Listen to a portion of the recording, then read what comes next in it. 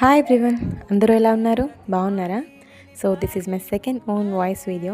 ఎలా ఉందో చెప్పండి. నేను మా వారు పిల్లలతో కలిసి అలా ఈవినింగ్ టైంలో సరదాగా మా పొలం వరకు అయితే వెళ్ళొచ్చాం. సో మా పొలంలో ఈసారి మా మామయ్య గారు పుచ్చకాయ తోట వేశారు, వాటర్ మెలన్. సో కాయలైతే ఇంకా స్టార్టింగ్ స్టేజ్లోనే ఉన్నాయి.